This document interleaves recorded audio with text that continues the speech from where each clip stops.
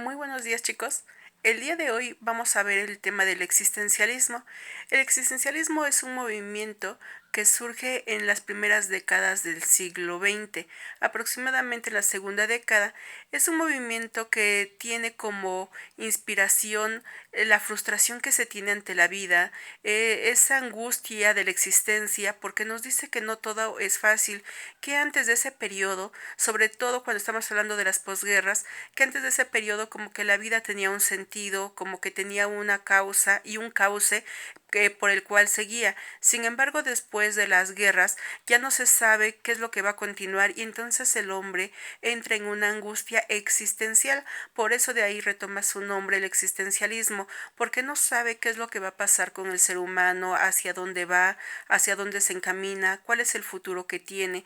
Entonces el ser humano se empieza a cuestionar a sí mismo, no solamente en cuestiones sociales hacia su exterior, sino también en su parte interna, qué es lo que hace, qué siente, qué piensa, cómo es su vida, y entonces a veces se da cuenta que no es lo que se quiere y empieza a caer en una decepción y eso lo lleva también a melancolía, pero no se tiene que ver la melancolía como se veía en el romanticismo, sino esto es una melancolía de tristeza y decepción generalmente ante la vida en general y ante su propia existencia.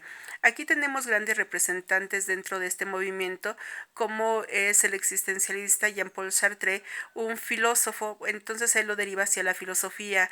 Otro es Albert Camus, que también es filósofo, amigo de Jean-Paul Sartre, pero que aunque es filósofo ya lo vincula con la literatura y tenemos una obra muy importante como es El extranjero.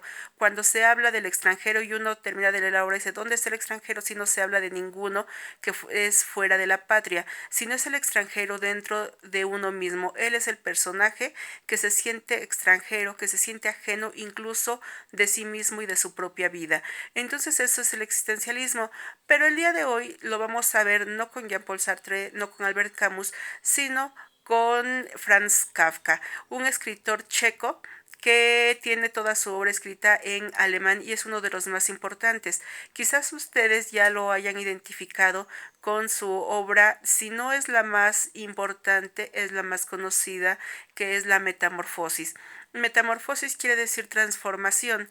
Y aquí cuando hablamos de la metamorfosis, es esta obra en donde él, el personaje Gregorio Samsa, en un día cualquiera, después de despertar en la mañana, cuando quiere incorporar, no puede, porque se da cuenta que se ha convertido en un gran insecto, en un escarabajo. Entonces él, como dice, es una pesadilla, esto no puede estar pasando, me voy a dormir, voy a despertar y esto habrá terminado. Pero cuando lo hace nuevamente no puede incorporarse, porque si ustedes han visto a los insectos cuando se quedan de espaldas y están boca arriba, pues les cuesta mucho trabajo incorporarse.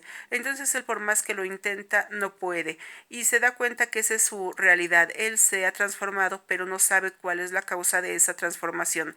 Cuando su familia lo ve, entonces pues se quedan horrorizados, pero es su familia, entonces tienen que cuidarlo. Él se queda confinado en su cuarto y empieza a hacer una especie de recordatorio de qué es lo que ha sido en su vida, cómo ha sido tan pasiva, teniendo un trabajo que no le satisface, que es mediocre y que aunque ha tenido muchas ganas de renunciar a él, pues las deudas de la familia no se lo permiten porque tiene que cubrirlas. Entonces se tiene que aguantar en un trabajo que no es de su satisfacción, que no le agrada, pero tiene que hacerlo porque no hay otra forma entonces de poder saldar las cuentas. Y así va narrando el día a día, qué es lo que le pasa, cómo la familia lo empieza a observar y primero pues desconcertados también aún así lo atienden, pero después como poco a poco se va llenando de repugnancia ante este nuevo ser, cómo se convierte en una carga y más o menos de eso trata, porque es como se observa a sí mismo.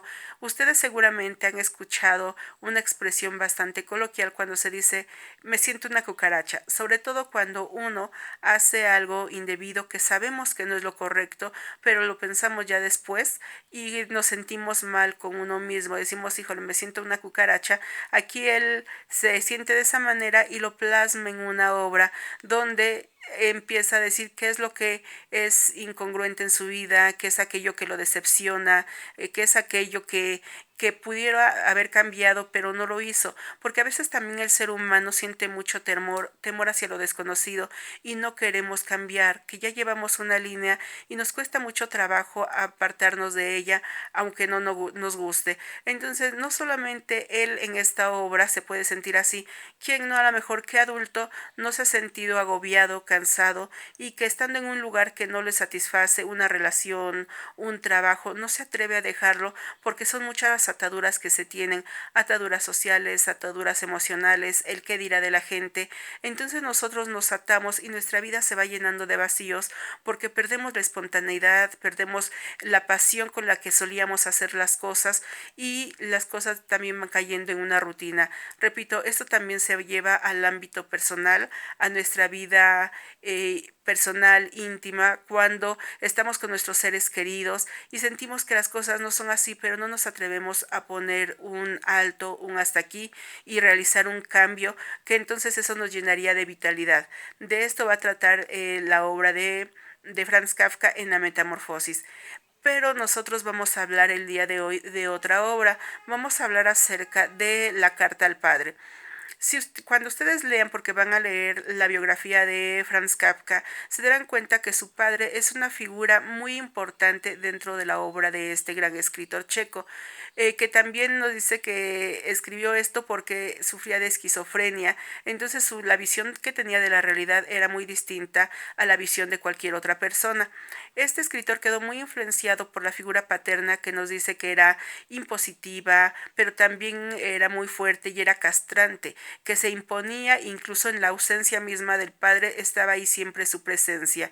Y esto tiene que ver porque en la carta al padre el motivo de que le escriba es porque él quiere expresarle todo lo que siente, lo que ha sentido desde niño, pero que jamás se ha atrevido a decírselo frente a frente, porque aunque ya es un adulto, sigue siendo dominado por el padre, le tiene miedo y entonces no puede expresarle todo lo que siente. Y entonces el padre en algún momento le dice que por qué le tiene miedo, que por qué no se abre con él, que por qué no expresa sus emociones. Y él dice, en el momento, como siempre, dice, no le pude decir nada, pero ahora, dice, te explico, y es que se lo está redactando y empieza a decirle por qué le tiene miedo y empieza sus recuerdos desde la infancia, cuando el padre, un hombre trabajador, no eran de clase alta, ni siquiera media, le costaba trabajo ir consiguiendo los alimentos del día a día, pero tampoco estaban en la miseria, entonces como que iban tirando a clase media, pero era un hombre muy trabajador y proveía a su familia,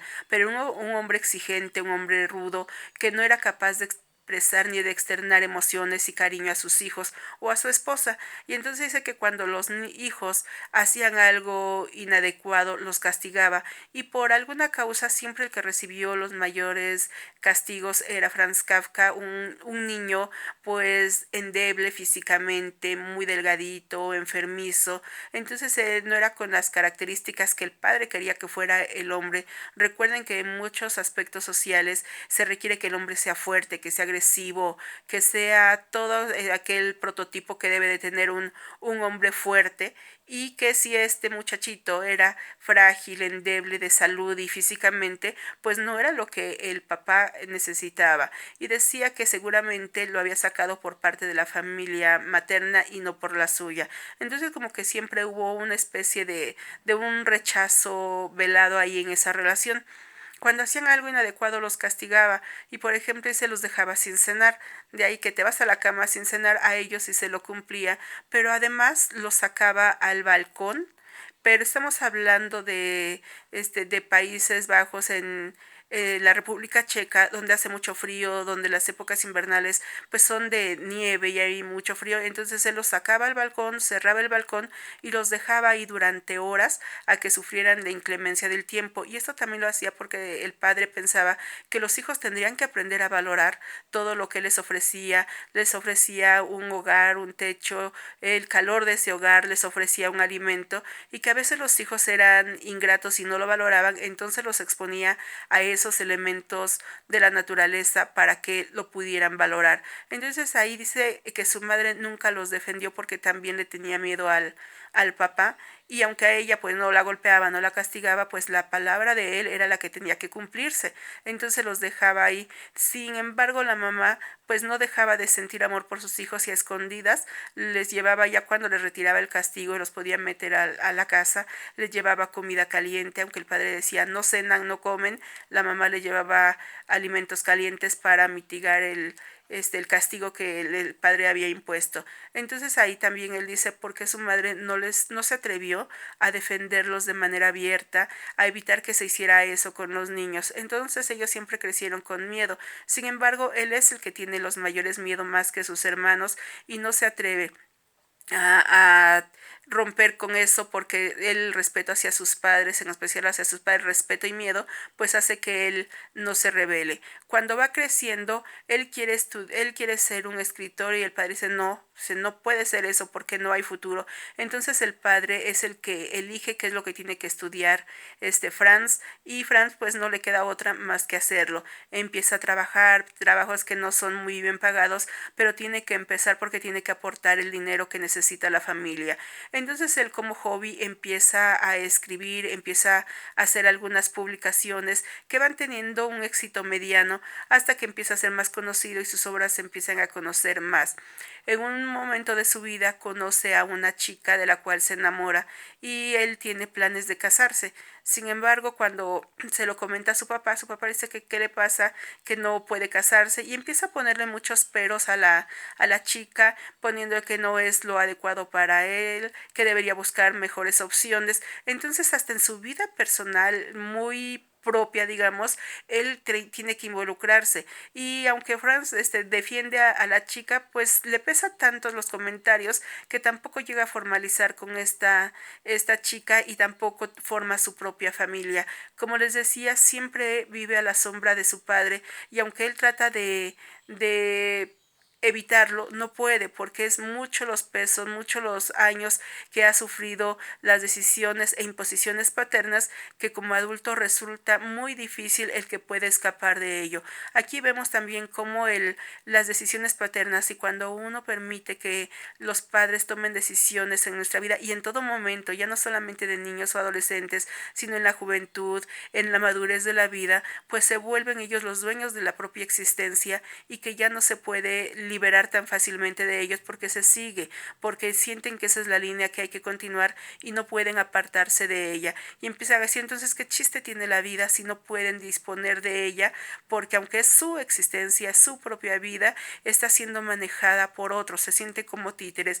Y eso es parte entonces también de la angustia existencialista, porque saben que las cosas no están bien, saben que las cosas deben ser cambiadas, sin embargo, no pueden o no se atreven a hacerlo y continúan de esta manera. Por lo tanto, su vida va cayendo en baches, en angustia y en depresión. Cuando Franz Kafka empieza a escribir, él escribe mucho, fue muy prolífero. Sin embargo, tampoco se sentía muy seguro de lo que él escribía, se sentía incluso intimidado o avergonzado y él enferma de tuberculosis y entonces él muere relativamente joven y antes de que muera pues él escribe, pone en orden todo, pero le pide a su gran amigo Max que cuando él fallezca no quede nada de su obra, que la destruya. Entonces esa es la orden que le da a su amigo y su amigo dice que pues lo hará para cumplir su voluntad. Sin embargo, cuando Franz Kafka muere y su amigo Max observa la calidad de la obra, él es el primero en leerla, pues dice que no puede hacer eso porque sería una gran pérdida.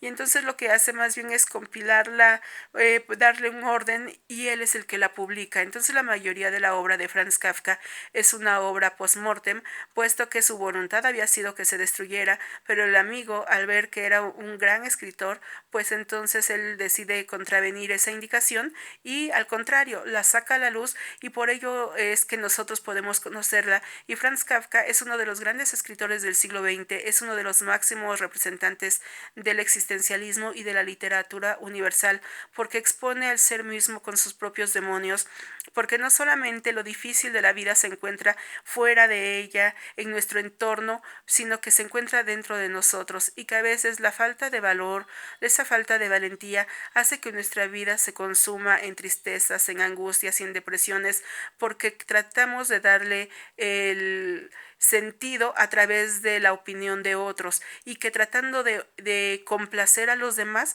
nos olvidamos que a quienes tenemos que complacer somos a nosotros mismos, que es nuestra vida, nuestra existencia, que solamente tenemos una y que no va a haber ninguna otra, pero que debemos de ser valientes, romper con esas ataduras que no nos gustan, con los lastres que la vida nos va poniendo y que tenemos que llevar esa valentía a luchar por nuestra propia existencia y por aquello que nos haga feliz. Y él no lo hace, no se atreve a decirlo más que en la carta, pero la carta tampoco se la da a su padre. Él ahí es donde se explaya, donde dice todo lo que realmente siente por su padre, pero no se atreve a entregársela de manera directa y le pide a la mamá que ella se lo entregue.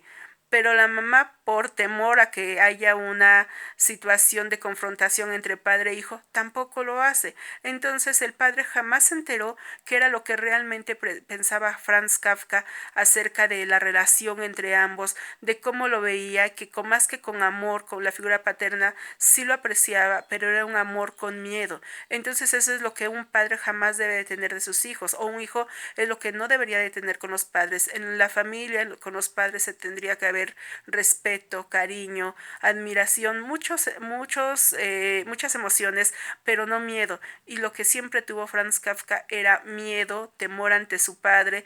Con su madre llevaba una buena relación, pero muy en el fondo tenía ese sentimiento de tristeza porque nunca los defendió, entonces no le ayudó a ser fuerte y él continúa de esa manera. Así que Franz Kafka muere de tuberculosis, la mamá continúa, sin embargo el padre jamás se enteró de las verdaderas emociones y sentimientos de su hijo hacia él. Y también si el padre estaba acostumbrado de esa manera, porque eran las costumbres del tiempo, no eran como ahora que los padres son muy afectivos con los hijos, los abrazan, los besan, les dicen que los quieren, no eran los tiempos. Y si nosotros hablamos de Europa, pues es todavía más los alemanes, porque los checos eran parte de la cultura alemana, pues son muy fríos, muy secos hasta hoy en día, no son emotivos. Los emotivos emocionalmente somos los latinos. Nos dice los latinos somos emocionales y los latinos pues desde los italianos y todos los hispanohablantes o los de las lenguas romances dice somos más emocionales, expresamos más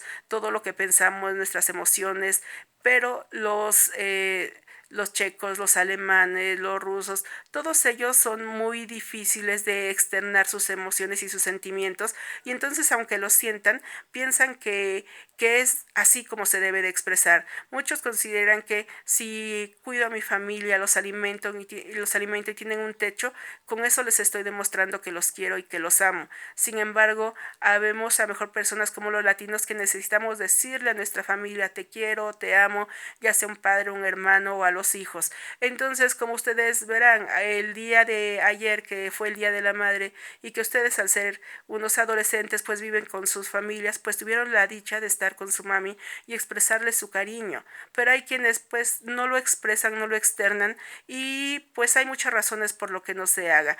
Entonces ahí les decía, con Kafka es esa barrera que nunca se atrevió a expresar frases de cariño y de amor porque siempre estuvo con miedo, con temor y es así como fue su vida. Así que su vida misma fue triste, fue dolorosa, sin falta más bien con falta de amor y de cariño, porque no se pudo expresar. Pero las cosas fueron de esa manera, pero él por su misma enfermedad de la esquizofrenia, por su debilidad de carácter, pues le fue más la afección que tuvo y no pudo salir de ese bache emocional. Entonces, como resumen, el existencialismo es cuando se cuestiona uno de la propia existencia, la existencia externa, pero sobre todo la interna, donde lo que se busca es ahí adelante, quizás se busque la libertad, pero también se enfrenta con sus propios temores, con nuestros propios demonios.